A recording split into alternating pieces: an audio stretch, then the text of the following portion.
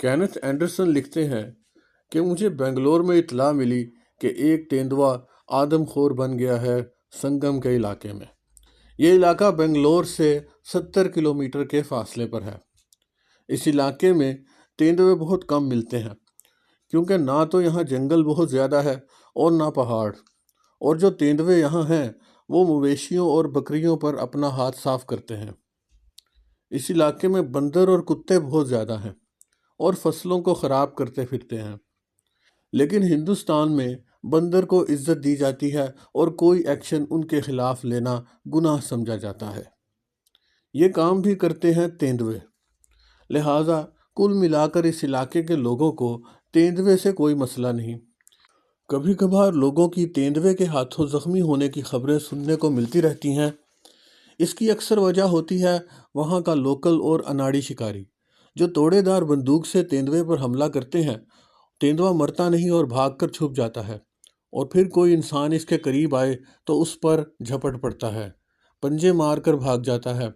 Sulphur drugs کے آنے سے پہلے ایسے زخمی زیادہ تر بعد میں موت کی نیند سو جاتے تھے، لہٰذا ایسی خبروں پر کوئی توجہ نہیں دیتا تھا۔ مزید یہ بھی کہ ہندوستان میں افواہیں بہت پھیلتی ہیں۔ ہلکی خراش کو زخمی بنا کر پیش کیا جاتا ہے، جب کوئی اصلی ہلاکت ہو جائے تو اخبار اسے بے شمار ہلاکتیں بنا کر پیش کرتا ہے۔ مجھے خبر ملی کہ تیندوے نے ایک عورت کو ہلاک کر دیا ہے اور پھر بعد میں ایک بچے کو سنگم میں کھا گیا، تو میں نے یقین نہیں کیا۔ پھر تیندوے نے تیسرا اور پھر چوتھا شکار کیا اور اخباروں میں پہلے صفحے پر یہ خبریں چھپیں۔ بنگلور، میسور اور مدراس سے بہت سارے شکاری سنگم گئے اور آخر ایک تیندوے کو ہلاک کر کے واپس لوٹ گئے۔ بعد میں پتہ چلا کہ وہ آدم خور تیندوا تھا ہی نہیں، اور آدم خور تیندوے نے ایک اور واردات کر ڈالی۔ ہوا یوں کہ ایک شخص رات کو اپنی جھونپڑی میں سویا ہوا تھا۔ یہ جھونپڑی لکڑی کی بنی تھی اور چھت جست کی چادروں سے بنائی گئی تھی۔ دروازے کو کانٹے دار جھاڑیوں سے مکمل بند کیا گیا تھا۔ اس کے علاوہ لکڑی کی دیواروں کے درمیان سوراخوں میں بھی کانٹے دار جھاڑیاں لگائی گئی تھیں۔ اب خود کو محفوظ سمجھ کر وہ شخص گھوڑے بیچ کر سو رہا تھا۔ پاس ہی اس کے 4 کتے بھی تھے جو وہ خرگوش کے شکار کے لیے اپنے ساتھ رکھتا تھا۔ تیندوا رات کو آیا اور اپنے پنجوں سے لکڑی کی دیواروں میں موجود سوراخ کو گہرا کیا اور اندر داخل ہو گیا۔ اس دوران کتے مسلسل بھونکتے رہے۔ کتوں کے بھونکنے سے وہ شخص اٹھا لیکن شاید خطرے کو سمجھ نہ سکا۔ تیندوا اندر داخل ہوا۔ کتے ایک طرف جمع ہو گئے مگر انہوں نے کچھ نہ کیا۔ تیندوا ان کے قریب سے گزر کر بندے کے پاس پہنچا اور اس کو گلے سے دبوچ لیا۔ ایک چیخ مار کر وہ بندہ ہلاک ہو گیا۔ آس پاس رہنے والے لوگ کتوں کے بھونکنے سے جاگ تو گئے لیکن کسی کی ہمت نہ ہوئی کہ آگے بڑھ کر دیکھ لے اور کوئی مدد کر سکے۔ تیندوے نے اسی سوراخ سے اس لاش کو باہر نکالنے کی کوشش کی مگر سوراخ کافی چھوٹا تھا، تیندوا باہر نکل کر لاش کو باہر گھسیٹنے کی کوشش کرنے لگا۔ لاش کانٹوں میں پھنس گئی۔ تیندوے نے زور کا جھٹکا دیا تو پورا کا پورا تختہ اس کے اوپر آ گرا۔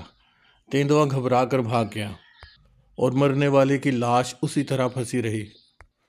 تیندوے کے شور سے ہمسایوں کو علم ہو گیا کہ کیا ہو رہا ہے۔ انہوں نے شور مچا کر پورے گاؤں کو جگا دیا۔ کافی دیر بعد کچھ بہادر دیہاتی لالٹین اور توڑے دار بندوقیں، لاٹھی اور ڈنڈے لیے باہر نکلے۔ ادھر ادھر ڈھونڈا، تیندوا تو نہ ملا۔ آخر مرنے والے کی لاش مل گئی۔ سب لوگ خبردار ہو گئے۔ پٹیل نے خود آ کر بنگلور میں مجھے یہ خبر پہنچائی۔ اس وقت مجھے 2 دن کی چھٹی ملی جو اتوار ملا کر 3 دن بن گئے تھے۔ ان 3 دنوں میں نے تیندوے کے شکار کا وعدہ کیا اور سفر کا سامان باندھا۔ سنگم جانے والا راستہ کنکان حالی سے گزرتا ہے۔ اس کے آخری 10 میل طے کرنے میں کار کے انجر پنجر ڈھیلے ہو گئے۔ انتہائی مشکل چڑھائیاں چڑھنے کے بعد آخر کار چھوٹے مسافر بنگلے میں پہنچا۔ یہاں سنگ میل سفید کے بجائے کالے رنگ کے لگائے گئے تھے کیونکہ سفید رنگ ہاتھیوں کو پسند نہیں آتا اور وہ اسے اکھاڑ کر پھینک دیتے ہیں۔ یہاں دریائے کاویری اور ارکراورتی کا ملاپ ہوتا ہے، اسی وجہ سے اس کا نام سنگم رکھا گیا۔ اس کے شمال میں ریاست میسور اور جنوب میں بنگلور ہے۔ اس علاقے میں چیتل، سامبر، کاکڑ، جنگلی سور اور کبھی کبھار ریچھ اور تیندوے اور شیر بھی مل جاتے ہیں۔ اس کے علاوہ ہاتھی اور جنگلی بھینسوں کے ریوڑ بھی دیکھے گئے۔ ہاتھی اور ریچھ تو یہاں بہت زیادہ ملتے ہیں۔ کار کو دریا کے پاس ایک جگہ کھڑا کر کے میں نے اس دیہات کا چکر لگایا جہاں کتوں کا مالک مارا گیا تھا۔ ساری جگہ کا جائزہ لیا، لوگوں نے ساری تفصیل بتائی جنہوں نے یہ سب کچھ ہوتے دیکھا مگر مدد نہیں کر سکے۔ سوال و جواب سے ظاہر ہوا کہ تیندوے کا شکار کافی مشکل تھا کیونکہ جنگل بہت بڑا تھا۔ سب سے پہلا کام چاروں کو باندھنا تھا۔ پٹیل کی مدد سے میں نے 5 بھینسے خریدے اور انہیں دریا کے کنارے کنارے 1 میل کے فاصلے پر باندھا۔ اس طرح 5 بھینسے 4 میل کے فاصلے پر باندھنے کے بعد ہم بنگلے پہنچے۔ ٹھنڈا کھانا کھانے کے بعد چائے کے 2 کپ پیے، پھر بنگلے کے باہر پائپ سلگا کر بیٹھ گیا اور دریا کے بہاؤ کو سنتا رہا۔ رات اندھیری تھی اور آسمان بادلوں سے بھرا تھا۔ پھر میں کمرے میں سونے چلا گیا۔ اگلی صبح چاروں کو دیکھنے گیا، سبھی زندہ سلامت تھے۔ ادھر ادھر پھر کر پگ مارکس ڈھونڈنے کی کوشش کی لیکن کسی درندے کے پگ مارکس دکھائی نہیں دیے۔ واپسی پر میں جنگل والے رستے سے گزر کر پگ مارکس ڈھونڈتا رہا لیکن کچھ حاصل نہ ہوا۔ اب 3 میں سے 1.5 دن گزر چکا تھا اور میں نے اب تک تیندوے کے پگ مارکس بھی نہیں دیکھے تھے۔ صورتحال کافی مایوس کن تھی۔ دوپہر کا کھانا کھا کر میں نے پھر ایک جگہ کا چکر لگایا۔ اس جگہ کو مقامی زبان میں بکری کی چھلانگ کہتے ہیں۔ کہا جاتا ہے کہ ایک مرتبہ ایک بکری نے جنگلی کتوں سے بچنے کے لیے اس دریا کے ایک کونے سے چھلانگ لگائی اور دوسرے کنارے پر چلی گئی۔ یہاں پانی کا شور اتنا زیادہ ہے کہ انسان کو اپنی چیخ بھی سنائی نہیں دیتی۔ میں چٹانوں پر چڑھ کر پانی کو دیکھتا رہا۔ کچھ دیر بعد میں نے واپس بنگلے کا رخ کیا۔ ابھی تک تیندوے کے پگ دکھائی نہیں دیے تھے۔ رات کو آسمان صاف تھا، اگرچہ چاند نہیں تھا مگر ستاروں کی روشنی اتنی تھی کہ چند گز دور کی چیز بھی صاف دکھائی دے رہی تھی۔ بنگلے کے رکھوالے کے پاس ایک دیسی کتا تھا جو میں نے اس سے ادھار مانگا۔ پہلے تو وہ جھجکا مگر پھر 3 روپے لے کر اس نے کتا میرے حوالے کر دیا۔ دن کے وقت چلتے ہوئے میں نے 1 میل دور ایک پتھریلا کنارہ دیکھا تھا۔ میں نے کتے کو وہاں لے جا کر ایک پتھر سے باندھ دیا اور خود ایک طرف ہٹ گیا۔ پھر جب کتا نظروں سے دور ہو گیا تو میں واپس اسی چٹان کی طرف چلا اور چھپتا چھپاتا وہاں پہنچا۔ پھر بہت خاموشی سے میں اس چٹان پر چڑھا اور لیٹ گیا۔ پتھر ابھی تک سورج کی گرمی سے تپ رہا تھا۔ کتا سمجھا کہ میں اسے چھوڑ کر چلا گیا ہوں، لہٰذا اس نے بھونکنا اور رونا شروع کر دیا اور میں بھی یہی چاہتا تھا کہ وہ شور مچائے اور لیپرڈ اس کی طرف آئے۔ کتا ایک عقل مند جانور ہے اور اسے چارہ بنانا بالکل ظلم ہے۔ گائے بھینس کے مقابلے میں کتوں کو خطرے کا احساس فوراً ہو جاتا ہے۔ اگرچہ ان پر حملہ نہ بھی ہو تو بھی وہ بہت دیر تک ذہنی تکلیف کا شکار رہتے ہیں۔ میں چٹان کے اوپر سے دیکھتا رہا۔ 1 گھنٹہ گزر گیا، پھر ایک بھورے رنگ کا سایہ کتے کی طرف آتا دکھائی دیا۔ کتے کا رخ اسی کی جانب تھا اور زور زور سے غرا رہا تھا۔ میں نے سوچا کہ یہ تیندوا ہی ہوگا اور پھر اسی طرف رائفل اٹھائی اور رائفل پر لگی ٹارچ جلائی۔ یہ سایہ لگڑ بگے کا تھا جو جنوبی ہندوستان میں عام پایا جاتا ہے۔ کتا اور زور سے غرا رہا تھا، پھر بھونکنے لگا۔ اب اصل ڈرامہ شروع ہوا جو ہندوستانی جنگلوں میں چند ہی لوگوں نے دیکھا ہوگا۔ لگڑ بگا دوڑ کر کنارے پر موجود جھاڑیوں میں چھپ گیا اور اپنی بری سی آواز میں بولنے لگا۔ کتا اس کی جانب منہ کر کے اور زور سے بھونکنے لگا۔ پھر لگڑ بگے کا شور بھی بڑھ گیا۔ ہندوستانی لگڑ بگے عموماً خاموش رہتے ہیں اور اکیلے یا جوڑے کی صورت میں شکار پر نکلتے ہیں۔ اصولی طور پر تمام لگڑ بگے بزدل ہوتے ہیں مگر ان کی جسامت کے حساب سے ان کے جبڑے بہت مضبوط اور طاقتور ہوتے ہیں۔ اگر یہ انسان کے بازو پر کاٹے تو بازو صاف الگ ہو جائے گا۔ ایک بار میں نے دیکھا کہ ایک لگڑ بگے نے تیندوے کو ڈرا کر بھگا دیا اور اس کے شکار پر قبضہ کر لیا۔ تاہم جس لگڑ بگے کو میں دیکھ رہا تھا وہ کتے سے خوف زدہ تھا۔ بار بار وہ سڑک کے ایک یا دوسری جانب جاتا اور پھر لوٹ آتا۔ اس کی منحوس لے بھی جاری تھی۔ ان دونوں واقعات سے میں نے یہ نتیجہ نکالا کہ لگڑ بگے اپنی منحوس آوازوں سے پہلے اپنے مخالف کو ڈرانے کی کوشش کرتے ہیں، جیسے پہلے لگڑ بگے نے تیندوے کو اس کے شکار سے بھگا دیا، اور اب یہ لگڑ بگا کتے کو اس لیے ڈرا رہا ہے کہ کتا راستے سے ہٹ جائے یا پھر جھاڑیوں میں گھسے تاکہ اس پر حملہ آسان ہو سکے۔ چونکہ کتا بندھا ہوا تھا سو وہ اپنی جگہ سے ہٹ نہ سکا۔ لگڑ بگے کو یہ بات سمجھ نہیں آئی۔ 1 گھنٹہ اسی طرح چلتا رہا۔ آخر کار مجھے یقین ہو گیا کہ لگڑ بگے کی نحوست بھری آوازوں سے تیندوا کبھی بھی اس طرف نہیں آئے گا۔ سو میں نے ایک پتھر اٹھایا اور لگڑ بگے کو دے مارا۔ پتھر اس کے قریب گرا اور سڑک پر آواز پیدا ہوئی۔ لگڑ بگا بھوکلاہٹ میں اچھلا اور جھاڑیوں میں جا گھسا۔ کتے نے بھونکنا بند کر کے کانپنا شروع کر دیا۔ میں سمجھا کہ لگڑ بگا اب دفع ہو گیا ہوگا۔ مشکل سے 15 منٹ گزرے کہ لگڑ بگے کی بکواس پھر شروع ہو گئی۔ کتا بھی بھونکنے لگا اور غرانے لگا۔ میں نے ایک اور پتھر مارا۔ اس بار 10 منٹ کے لیے خاموشی ہوئی اور پھر 5 منٹ بعد پھر لگڑ بگے کو یہی احساس ہوا اور وہ پھر بولنا شروع ہو گیا۔ اسی طرح کچھ دیر چلتا رہا۔ 5ویں پتھر کے بعد جا کر لگڑ بگے کو احساس ہوا کہ اسے اب جانا چاہیے۔ سو 10 بجے وہ جا کر دفع ہوا۔ 12 بجنے میں 5 منٹ تھے جب مجھے انسانی آوازیں سنائی دیں۔ تھوڑی دیر بعد 2 لالٹینوں کی روشنیاں ظاہر ہوئیں۔ کئی افراد دکھائی دیے۔ کتے نے انہیں دیکھا تو چپ ہو گیا۔ جب وہ لوگ کتے کے قریب پہنچے میں نے گنا وہ 11 تھے۔ 2 کے پاس لالٹینیں تھیں اور باقی سبھی کے پاس لاٹھیاں اور ڈنڈے تھے۔ وہ میری ہی تلاش میں آئے تھے۔ میں نے انہیں آواز دی اور چٹان سے نیچے اتر آیا۔ انہوں نے بتایا کہ 1 گھنٹہ پہلے تیندوا اسی گاؤں کے ایک جھونپڑے میں گھسا اور 25 سال کی ایک عورت کو گلے سے پکڑ کر لے گیا۔ اس جھونپڑے میں 5 افراد سو رہے تھے۔ عورت نے چیخ ماری تو باقی سب بھی اٹھ گئے۔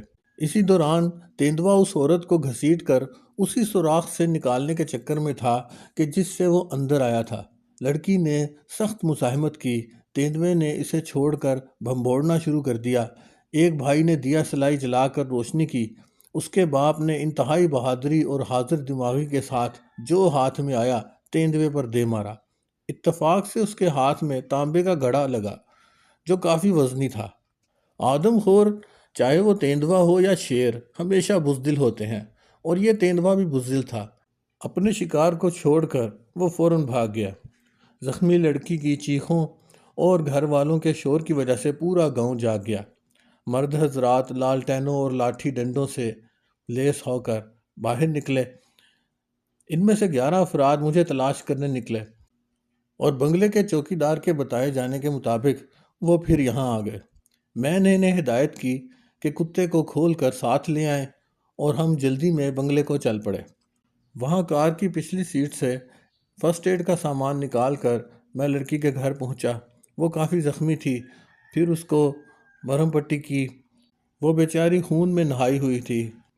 مجھے فوراً پتہ چل گیا کہ فرسٹ ایڈ اس کے لیے کافی نہیں ہوگی، سو اس کے زخموں کو پوٹاشیم پر میگنیٹ سے دھونے کے بعد میں نے اس کے گرد ساڑی کی پٹیاں لپیٹ دیں۔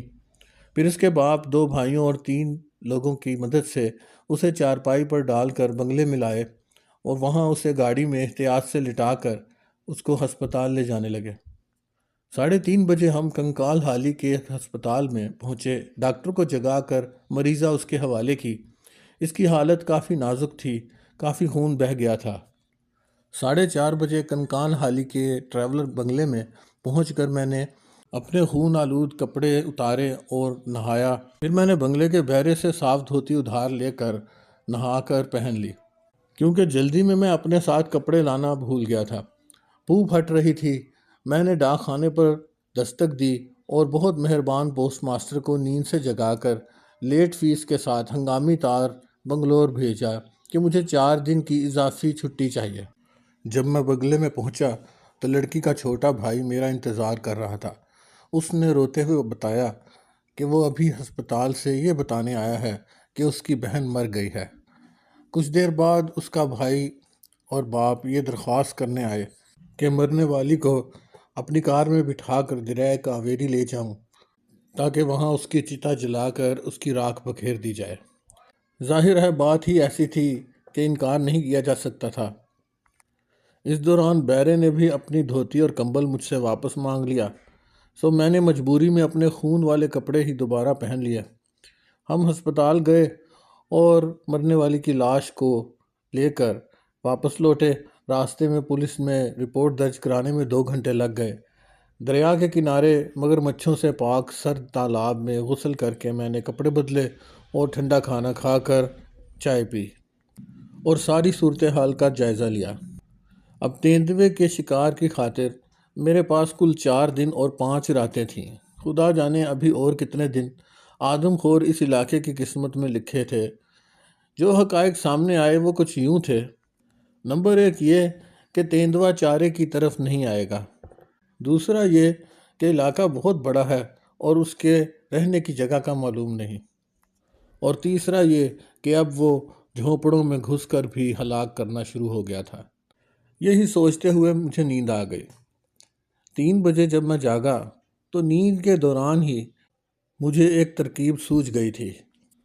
سنگم کا چھوٹا سا دیہات 12 گھروں پر مشتمل تھا اور ایک گلی کے دونوں جانب گھر بنے ہوئے تھے۔ گلی کے آخر میں مویشیوں کا ایک باڑہ تھا جہاں سارے گاؤں کے مویشی باندھے جاتے تھے۔ اس کے ارد گرد بانسوں کی دیوار بنائی گئی تھی اور خاردار جھاڑیاں بانسوں میں پھنسائی گئی تھیں۔ باقی گاؤں میں صرف وہی کتے بچ گئے تھے جن کا مالک تیندوے کا شکار بنا تھا۔ یہ کتے اسی کے جھونپڑے میں بند تھے اور یہ جھونپڑا بھی اسی باڑے کے ساتھ ہی تھا۔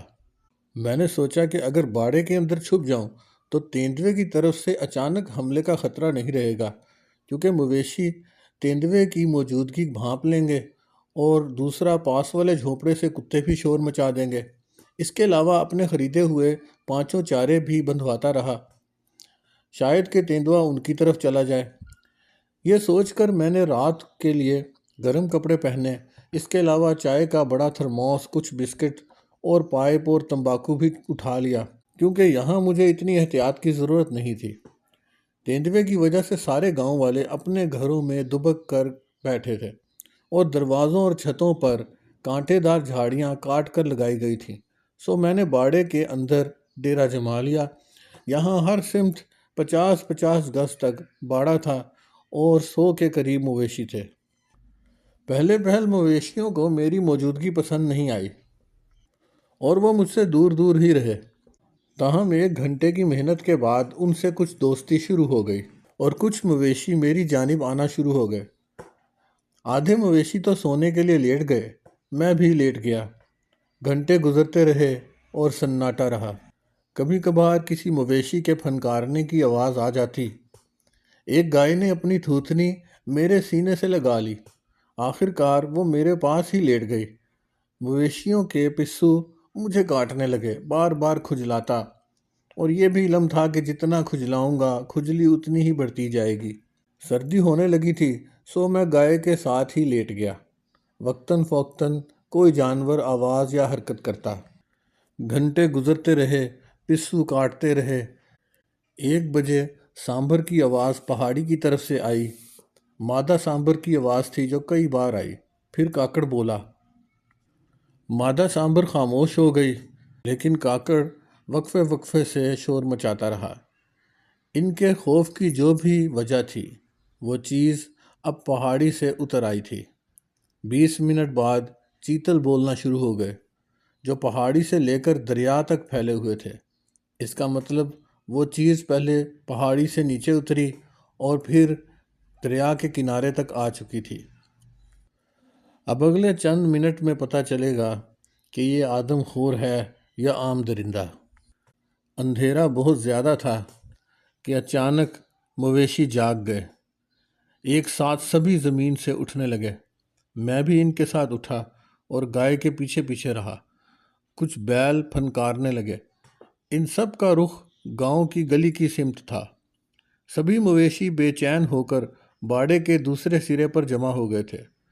ساتھ والے جھونپڑے کے کتے جو بھونکنا شروع ہو گئے تھے اب اچانک رونے لگے۔ ان کے خوف کی جو بھی وجہ تھی وہ چیز اس وقت عین ہمارے سامنے سے گزر رہی تھی۔ میں اس وقت تک مویشیوں کے درمیان میں پھنس چکا تھا اور مجھے خیال رکھنا پڑ رہا تھا کہ کہیں مویشیوں کے سینگ نہ لگیں۔ پھر میں نے سامنے والے دروازے کی طرف راستہ بنانا شروع کیا تاکہ وہاں پہنچ کر کچھ دیکھ سکوں، مگر اندھیرے میں اور باڑ کی وجہ سے کچھ دکھائی نہ دیا۔ مجھے کتوں کی آوازیں آ رہی تھیں جو اب بھونکنے کے بجائے رو رہے تھے، اگرچہ میرے کان معمولی سے معمولی آواز بھی سننے کو تیار تھے، مگر شور اتنا مچا ہوا تھا کہ کچھ سنائی نہ دیتا تھا۔ چند منٹ بعد مجھے ایسی آواز آئی جیسے کسی چیز کو کھرچا جا رہا ہو۔